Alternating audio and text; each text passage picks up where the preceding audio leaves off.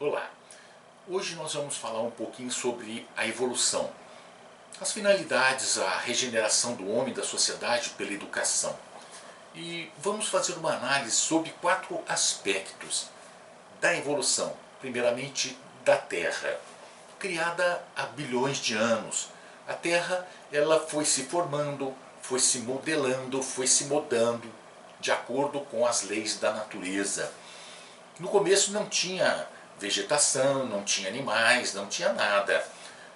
Pouco a pouco foram tendo condições de serem criadas as determinadas, vamos dizer assim, espécies de animais, plantas, répteis, não nessa ordem. E vai se evoluindo o nosso orbe, o nosso planeta, até que chega o momento da condição de habitabilidade do ser humano aqui na Terra. Só que para chegar nesse ponto foi milhares de anos, de séculos, de milênios. Porque não existe um pulo na natureza, não existe uma vamos dizer assim, transição violenta, não. É tudo paulatinamente, dentro de leis naturais, que são regidas e são obviamente criadas por Deus, mas que têm os seus mecanismos. E nessa criação a Terra vai evoluindo, vai recebendo todas as condições de habitabilidade e vem o homem para a Terra, né? Nesse momento, o homem, a gente faz uma visualização do aspecto do corpo humano, que é o segundo aspecto da evolução. Como eram esses homens? Como eram os habitantes da Terra no seu início, no início em que deu condições de habitabilidade?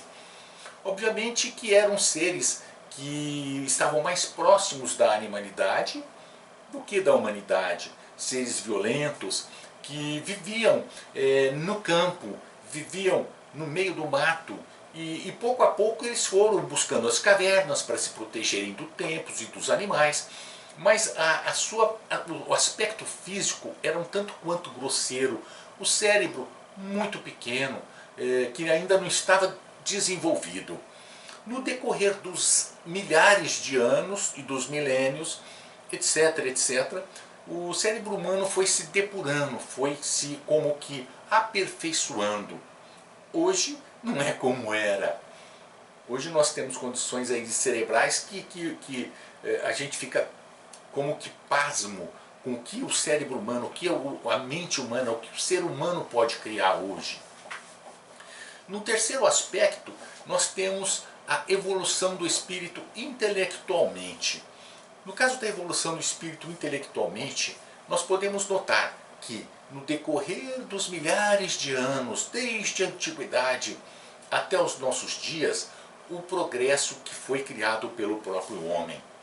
As condições que foram dadas de habitabilidade, vamos dizer, a tecnologia, a informática, a medicina, todos os campos, a agricultura, a pecuária, tudo aperfeiçoou de uma tal forma com a inteligência, porque ela foi se desenvolvendo no decorrer dos séculos. Mas nós podemos nos perguntar, como que hoje nós temos tantas condições, vamos dizer, intelectuais, uma mente muito poderosa, conhecimento profundo de muitas coisas, a mente criativa, né? Aquela que inventa, ou melhor, que descobre. Porque nós hoje seríamos o beneficiado com todo esse, vamos dizer, preparação no decorrer de todo esse tempo anterior. Aí nós passamos para a doutrina espírita, fazendo uma visualização dos seus princípios. Quais são os princípios da doutrina espírita? Primeiro, a existência de Deus. Segundo, a imortalidade do espírito, a existência do espírito. Terceiro, a comunicabilidade entre um mundo e outro. Quarto, a pluralidade das existências, que é chamada também de reencarnação. E quinto, a pluralidade de mundos habitados. Nesse quarto princípio, a pluralidade das existências, ou a reencarnação, é uma lei natural. Queiramos ou não, queiram as pessoas ou não, queiram determinadas pessoas que não acreditam na reencarnação ou não, ela não vai deixar de existir, porque vão passar também por esse processo educativo. Voltando então à reencarnação, nós notamos que aquele homem lá da época das cavernas, aquele homem lá da época do início da fase hominal aqui na Terra, somos nós. Todos nós passamos por aquela fase e através das reencarnações nós estamos vindo e chegamos no hoje, no presente. Mas como? É uma lei, é uma lei. Através da vivência, da convivência, através da relação entre pessoas, interpessoais, da nossa relação com o ambiente, com o mundo, da nossa relação com o nosso corpo físico, porque nós somos espíritos. Nós somos espíritos imortais que fomos criados simples e ignorantes e estamos transitando por todos esses séculos e milhares de séculos até chegar à plenitude. Então aqueles seres que moraram nas cavernas, moraram no campo, somos nós que fomos evoluindo. E qual que é o processo desta evolução? É através do, vamos dizer assim, aperfeiçoamento. De reencarnação em reencarnação a gente sobe um pouquinho. Como? Suponhamos, o nosso intelecto. Suponhamos que há muitos séculos nós não tínhamos o conhecimento da canalização da água, de como trazer água à nossa casa, de como fazer a irrigação. E pouco a pouco, em razão, às vezes, do local seco ou das secas, em razão da necessidade do alimento, depois que deixamos de ser nômades e nos fixamos, essa necessidade passou a ser buscar soluções para aqueles problemas que nos incomodavam à época e do qual nós tínhamos que resolver, nós tínhamos que solucionar para podermos sobreviver. Pouco a pouco, nós exercitando nossa mente, nós fomos criando como que irrigações. Mas não é só isso, não só. Em todos os sentidos, quando as dificuldades iam surgindo, nós íamos exercitando e procurando soluções. Hoje, por exemplo, nós podemos notar que nós estamos numa pandemia, já há mais de ano e meio. Foi criada a vacina em tempo recorde. Nesse período, aqui no Brasil, aproximadamente, já foram vacinados mais de 70 ou 80 milhões de pessoas. Falta muito, sim. Mas essas vacinas foram criadas pela mente humana. Foram desenvolvidas pela mente humana em um tempo recorde para que pudesse debelar essa pandemia. Olha, nós podemos notar que as necessidades vão surgindo, o homem vai criando, ele vai buscando soluções. E nessa busca de soluções para os problemas, ele vai exercitando a mente e como que criando um tipo de elasticidade que cada vez mais ele vai tendo condições de resolver os problemas cada vez mais difíceis. É uma questão de evolução, de tempo, muito tempo. Então nós notamos que a intelectualidade hoje, ela chegou num patamar muito elevado. Nós vemos, por exemplo, vamos falar de celulares. Nós temos um celular. Esse celular nós compramos, suponhamos, grosso modo, há 6 meses. Hoje ele já está desatualizado. Um notebook, um computador. Nós compramos com algumas funções, daí a pouco já tem muitos além do que nós temos, mais evoluídos. Nosso sistema bancário, sistema de segurança, é uma coisa assim muito, muito perfeita. Mas a inteligência humana desvirtuada consegue ainda burlar todo esse sistema. A nossa agricultura, a nossa pecuária, tudo cada vez mais técnico, perfeito. Então nós voltamos e notamos que intelectualmente o ser humano ele evoluiu demais, demais. Com a Terra, o corpo e a intelectualidade eles estão como que par e passo, mais ou menos no mesmo nível. Vai evoluindo o planeta, o corpo humano evolui junto e a mente humana intelectualmente também, através do exercício nas suas reencarnações. Notamos que muitas, temos batido, né, vamos fazer uma média, recordes de plantação, de colheitas, de safras, recordes. No entanto, a inteligência humana produziu, ou criou, ou desenvolveu maquinários, tecnologia, genética, em todos os sentidos para que a agricultura chegasse ao que ela é hoje. Muito bem evoluída, vamos dizer assim, as condições que são dadas pelo intelecto do homem. Mas ao mesmo tempo nós vamos notar que existe um quarto tipo de evolução, que é a evolução moral do espírito. A evolução espiritual ela ocorre, mas a moral não é aquela evolução, aquela moral que a gente fala, aquela moral tacanha, não, o cara, não, nós estamos dizendo da moral do espírito, da grandeza espiritual, da plenitude, da busca do si mesmo, da busca da perfeição, é isso. Nesse caso, nós notamos que a humanidade está um tanto quanto atrasada. Por quê? Vamos tomar como exemplo a agricultura. Recordes de safras. No entanto, de acordo com um estudo que eu fiz para fazer uma palestra na Unitins, 38 milhões de pessoas no Brasil não têm acesso à alimentação. Uma alimentação básica. Come lixo. Nós notamos pessoas buscando comidas no lixo.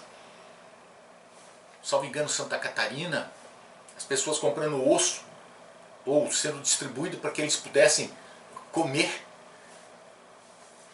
Então são paradoxos. Uma plantação, uma safra recorde e a falta de comida na mesa das pessoas. Da mesma forma, a pecuária. Temos, salvo engano, o primeiro ou o segundo rebanho do mundo. No entanto, as pessoas estão comendo sebo, roendo ossos atualmente. Então, a intelectualidade está muito evoluída. A moralidade, nenhuma. Criamos máquinas, veículos de transporte que nos levam às grandes distâncias, como os aviões, carros, veículos terrestres, carros perfeitos, com computadores. Já estão em experimentos carros sem necessidade do motorista ser motorista, porque o próprio veículo se dirige. No entanto, no ano de 2020, mais de 40 mil mortes no trânsito. Homicídios, em torno de 40 ou 35 mil, porque caiu um pouquinho em razão da pandemia. Mortes no trânsito. Como é que nós estamos nos utilizando desse instrumento que nos é dado para transporte, para facilitar nossas vidas, como armas? Como armas. Olha, a tecnologia nos dando carros, veículos cada vez mais perfeitos. E a moralidade matando no trânsito. Em torno de 80% a 85% dos acidentes por imprudência do motorista. Mínima é a quantidade de acidentes por defeito nos veículos. Mínimo. 40 mil homicídios. Nós vemos a inteligência humana tão elevada. No entanto, se mata o próximo por poucas coisas ou por pouca coisa. Uma discussão no trânsito, uma briga no trânsito, chega-se e tira uma vida. Simples assim. Um celular, a pessoa resiste a um assalto, é morta por causa de um celular. Coisas que a gente fica pasmo de ver o quanto que ainda nós estamos atrasados moralmente, embora intelectualmente não, muito adiantados. Nós temos as religiões, nós temos os métodos de autoajuda, nós temos grandes palestrantes de um intelecto muito elevado, pessoas que nos ajudam no dia a dia, muitas vezes nos mostrando caminhos para que busquemos soluções. No entanto, 12 mil mortes por suicídio por ano. Talvez por desespero, por falta de perspectiva, são várias as causas. Todos esses dados eu tirei de sites, por exemplo, do CVV, nesse caso aí, em que inclusive a Unicamp fez um levantamento a pedido do CVV e 17% da população pesquisada, 17% da população já pensou em suicídio. Dados do homicídio foi do site do governo, os dados das mortes do trânsito também do site do governo. E a inteligência humana criou nessa pandemia as vacinas, como nós dissemos. Mas os empecilhos, todos os impedimentos praticamente foram criados para que não se vacinasse. Chegamos ao absurdo de mais de 600 mil mortes, que creio subnotificadas, por falta de vontade política. Não se sabe. Então notamos que a moralidade da humanidade ainda está muito aquém. O panorama que nós vemos, tirando vantagem das pessoas, as agressões, cada vez maiores as comunicações de violência doméstica, maridos batendo nas suas mulheres, o álcool, a quantidade enorme de alcoólicos. Não estou criticando, mas é uma constatação. Os bares lotados, pessoas saindo completamente bêbadas.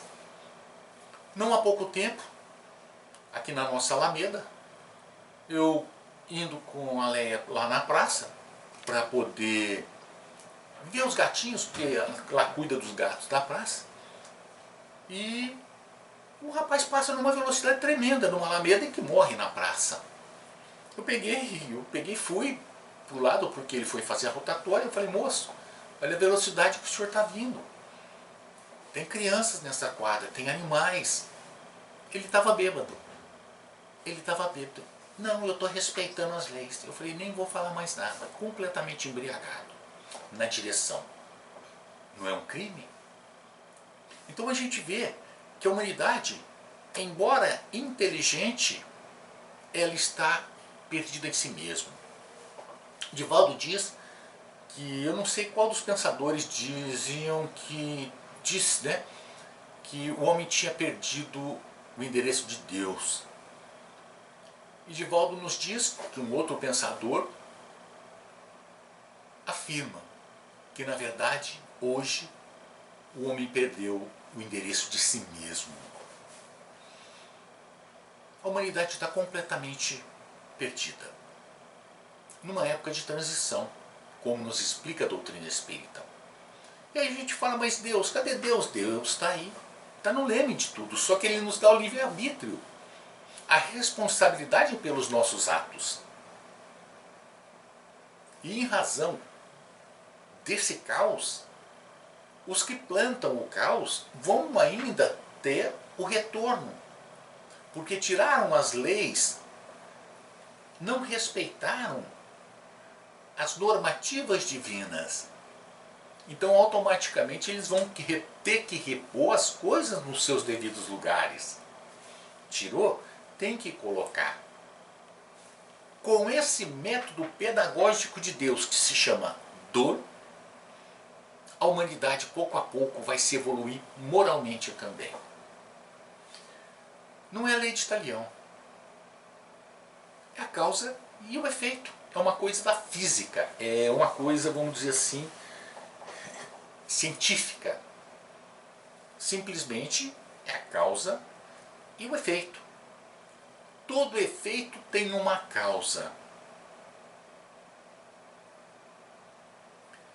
Se plantamos abacaxi, nós não vamos colher arroz. Se plantamos orquídeas, nós não vamos colher flores. Perdão, não vamos colher rosas. Se plantamos a dor, nós não vamos colher o alívio,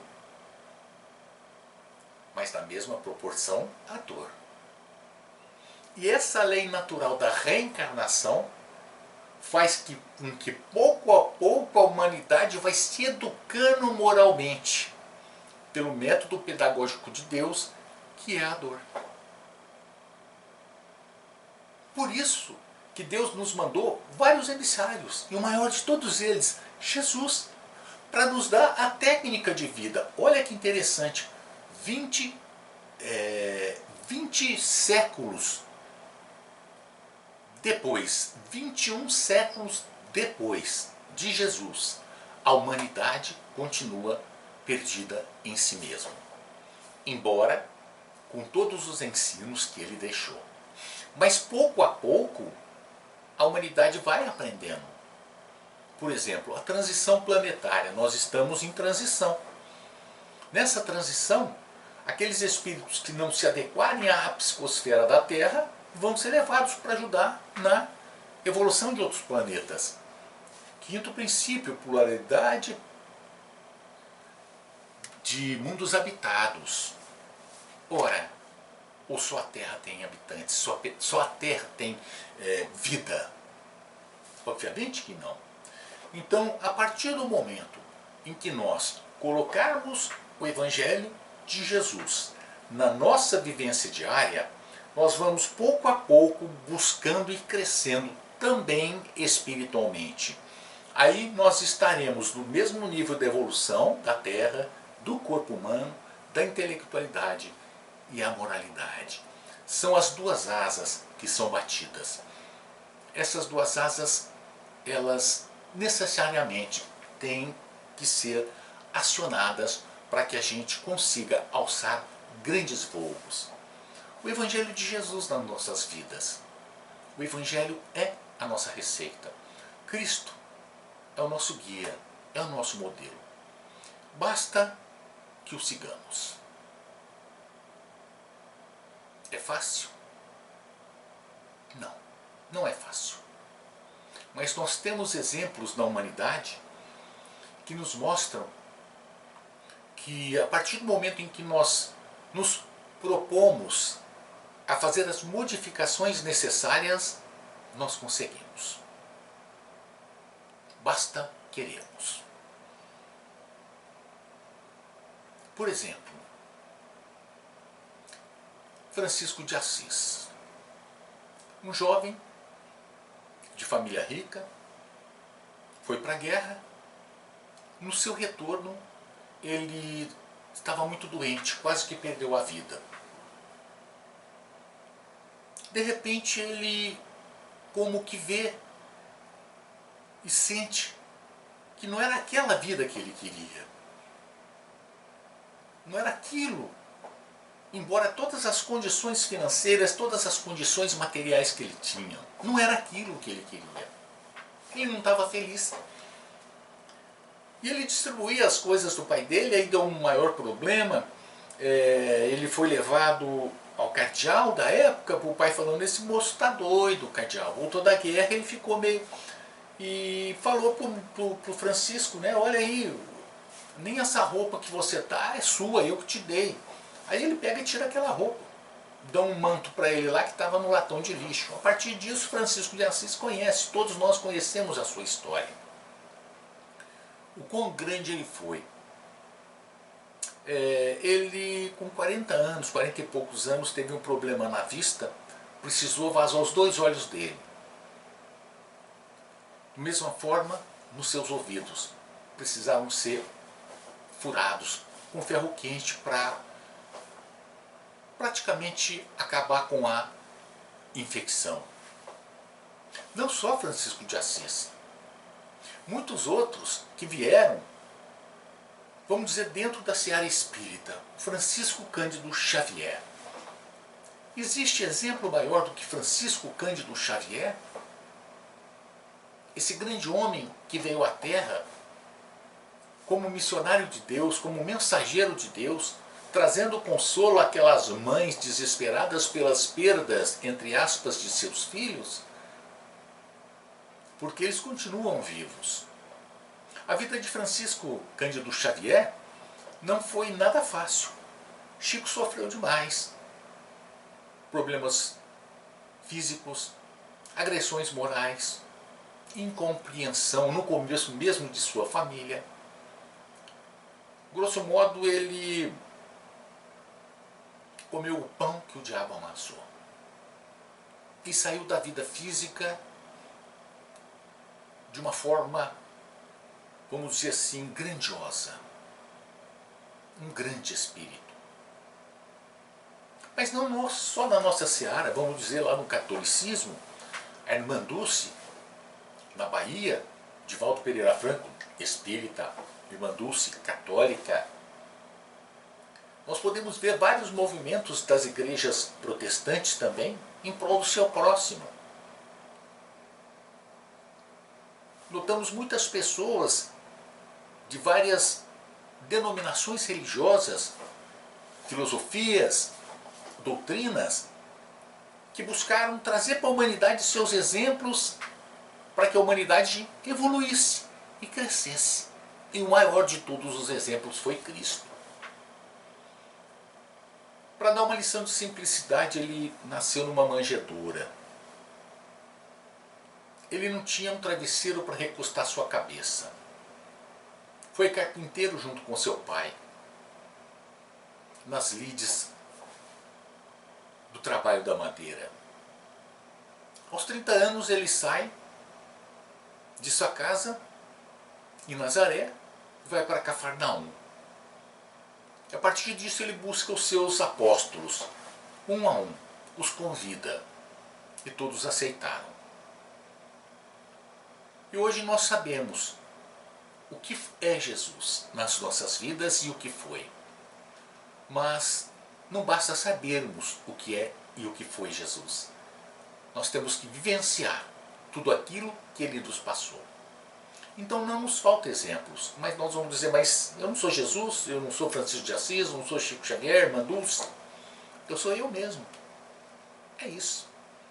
E esse eu mesmo tem a força que eles têm, porque passaram pelas mesmas dificuldades e hoje são o que são. Então nós temos eles como exemplo, porque Deus nos mostra, vocês podem e nós podemos. Que possamos fazer da plenitude o nosso final e ir buscando através do Evangelho de Jesus. Amando a Deus sobre todas as coisas e o próximo como a ti mesmo. Muito obrigado.